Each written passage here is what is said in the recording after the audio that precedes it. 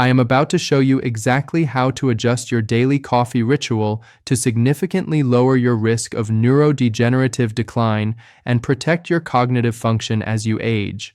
While coffee itself is a powerful tool for brain health, the specific timing, the method of preparation, and the ingredients you add can make the difference between a habit that sharpens your mind and one that slowly increases inflammation or anxiety. I'm Dr. James Williams. I am a 35-year-old physician, and throughout my career, I have worked with hundreds of older adults who are concerned about their memory and focus. I have seen firsthand how small, strategic changes to daily dietary habits can stabilize energy levels and improve mental clarity in patients over the age of 60. You might have started noticing moments where a name slips your mind, or you walk into a room and forget why you are there.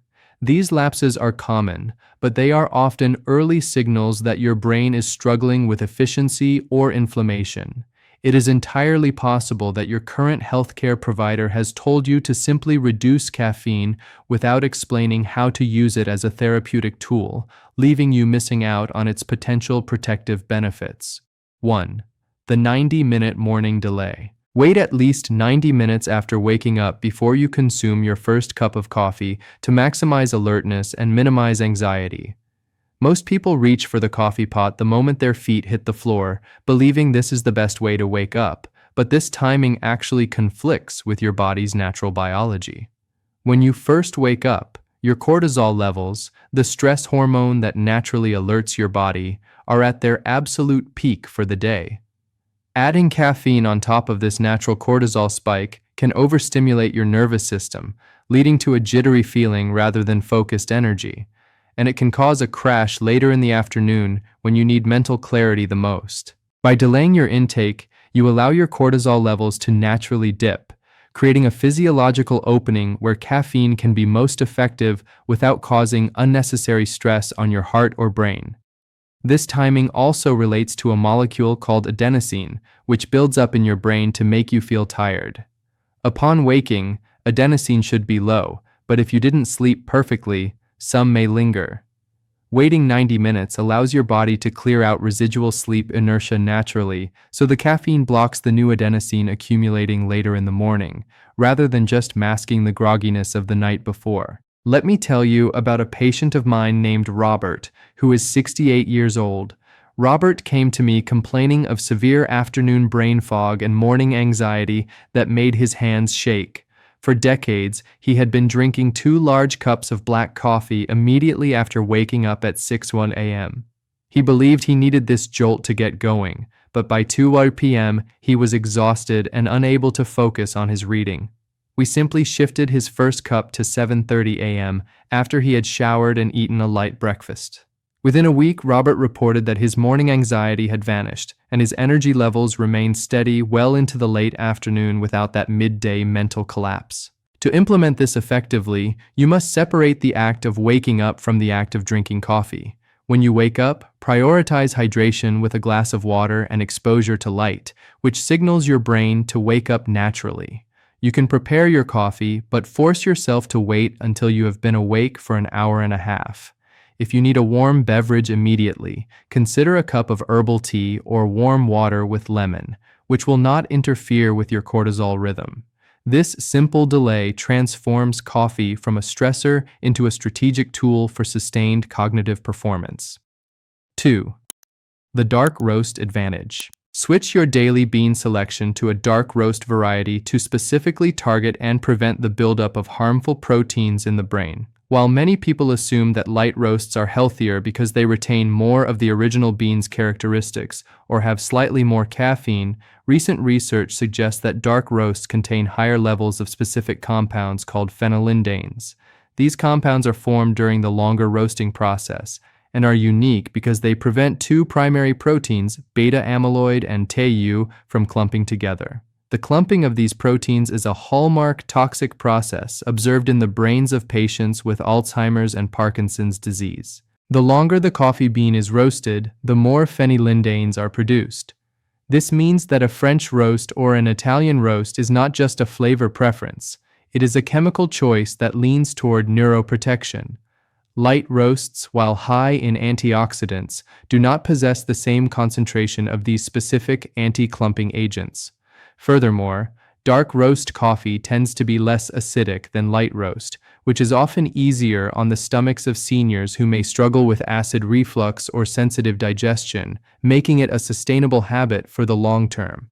I recall a patient named Eleanor, a 72-year-old retired teacher who loved her morning coffee but suffered from frequent heartburn and was worried about her family history of dementia. She was drinking a very light breakfast blend because she thought it was lighter on her system. We switched her to a dark roast coffee, specifically looking for beans labeled as French roast. Not only did her acid reflux symptoms improve significantly due to the lower acidity, but she also felt empowered knowing that her daily ritual was actively providing her brain with compounds shown to inhibit the specific protein tangles she was worried about. Making this switch is straightforward. When you are at the grocery store, ignore the strength numbers that usually indicate caffeine content and instead look at the roast description. You want beans that are dark brown, oily on the surface, and labeled as dark, French, or espresso roast. It does not matter if the coffee is caffeinated or decaffeinated, the phenylendanes are a product of the roasting process, not the caffeine content. Therefore, even if you are sensitive to caffeine, you can still get this specific brain benefit from a dark roast decaf. This supports the physical structure of your brain by preventing toxic protein accumulation. 3. The filtration factor. Always prepare your coffee using a paper filter to remove compounds that can raise your cholesterol and indirectly harm your vascular brain health. There are many popular brewing methods today, such as the French press, Turkish coffee, or boiled coffee, which do not use paper filtration. While these methods produce a rich flavor, they allow oily substances called diterpenes, specifically cafestol and caweol, to end up in your cup. These substances are among the most potent cholesterol-raising compounds found in the human diet. For a senior, vascular health is directly tied to brain health. High cholesterol can lead to the narrowing of arteries, including those that supply blood to the brain. Vascular dementia is caused by reduced blood flow to the brain, which damages brain cells over time. By using a paper filter, you physically trap these oily diterpenes before they reach your cup. The paper is fine enough to catch the oils but porous enough to let the antioxidants and caffeine pass through. This simple barrier can significantly reduce the impact of coffee on your cholesterol levels, preserving the health of the delicate blood vessels that keep your brain oxygenated and functional. Consider the case of Michael, a 64-year-old man who took great pride in his health but could not get his LDL cholesterol numbers down despite a good diet. During a consultation, we discussed his habits, and he mentioned he drank 4 cups of unfiltered French press coffee every single day. He loved the texture and taste. I explained the link between the unfiltered oils and his lipid panel. He agreed to switch to a standard drip coffee maker with a paper filter for 3 months. At his next checkup, his LDL cholesterol had dropped by nearly 15 points without any other medication changes, reducing his risk for both heart disease and vascular cognitive decline. To do this, you do not need expensive equipment. A simple pour-over cone or a standard automatic drip machine works perfectly, provided you use a quality paper filter. If you prefer the taste of a French press, you can actually buy circular paper filters specifically designed to be placed at the bottom of the press, or you can pour the finished French press coffee through a paper filter into your mug. The goal is to ensure that the liquid you drink is free of the cloudy, oily sediment that sits at the bottom of unfiltered coffee. This protects your brain's blood supply by keeping your arteries clear of unnecessary lipids. 4. The spice synergy strategy. Enhance your coffee with neuroprotective spices like cinnamon or unsweetened cocoa instead of pro-inflammatory sweeteners and artificial creamers. Many coffee drinkers unknowingly negate the health benefits of their morning cup by loading it with refined sugar, high fructose corn syrup, or processed creamers that contain inflammatory vegetable oils. These additives cause rapid spikes in blood glucose, leading to systemic inflammation that can damage brain cells and accelerate cognitive decline. By replacing these harmful additives with spices, you can amplify the brain-boosting power of the coffee. Cinnamon, for example, has been shown to improve insulin sensitivity and lower blood sugar levels, which is crucial because high blood sugar is a major risk factor for dementia, so much so that Alzheimer's is sometimes called type 3 diabetes. Cocoa powder is rich in flavonoids that improve blood flow to the brain.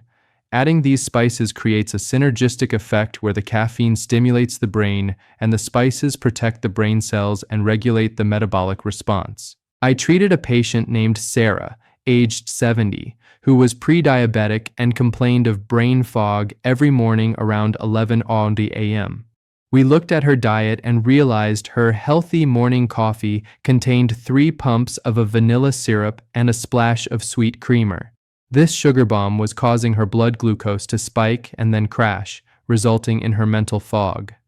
We replaced the syrup with a teaspoon of Ceylon cinnamon and a dash of unsweetened cocoa powder, using a little real milk for creaminess. Her mid-morning crash disappeared, her blood sugar readings stabilized, and she reported feeling sharper and more consistent in her mood. The correct way to do this is to add the spices to the coffee grounds before you brew, or stir them into the hot coffee vigorously.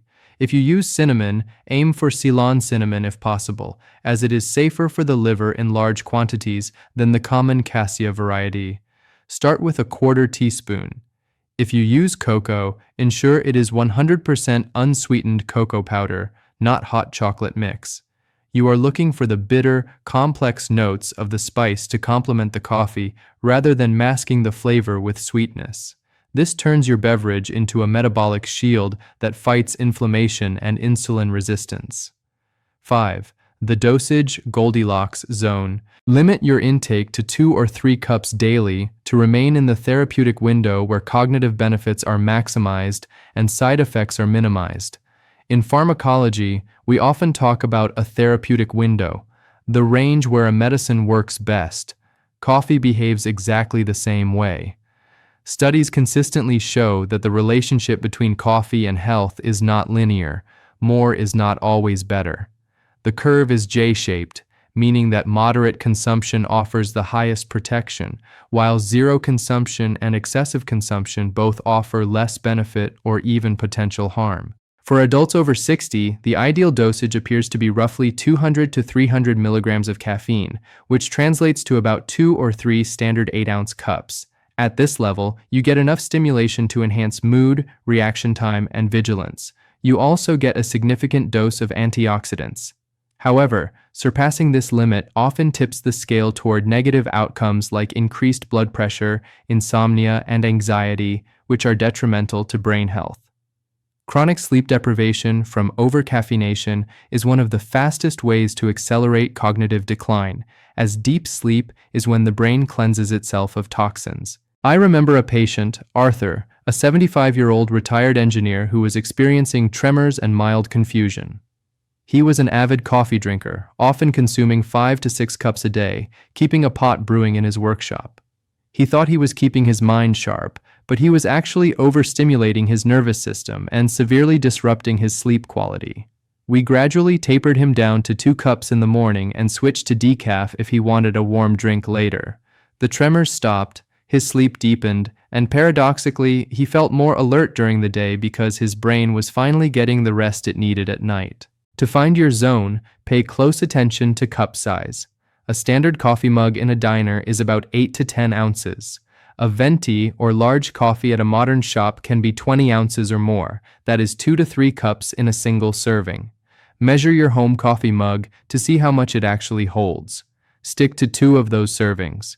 If you enjoy the ritual of drinking coffee all day, you must switch to decaf after your second cup to stay within the safety zone while still enjoying the flavor and antioxidants. This ensures you harvest the benefits of coffee without inducing the stress that wears down your brain. 6. The hydration buffer. Pair every cup of coffee with a full glass of water to counteract the diuretic effect and prevent dehydration-induced cognitive lapses. Coffee is a mild diuretic, meaning it encourages your body to lose fluid. As we age, our sense of thirst naturally diminishes. A 60-year-old is less likely to feel thirsty than a 30-year-old, even when their body needs water. This combination creates a dangerous trap.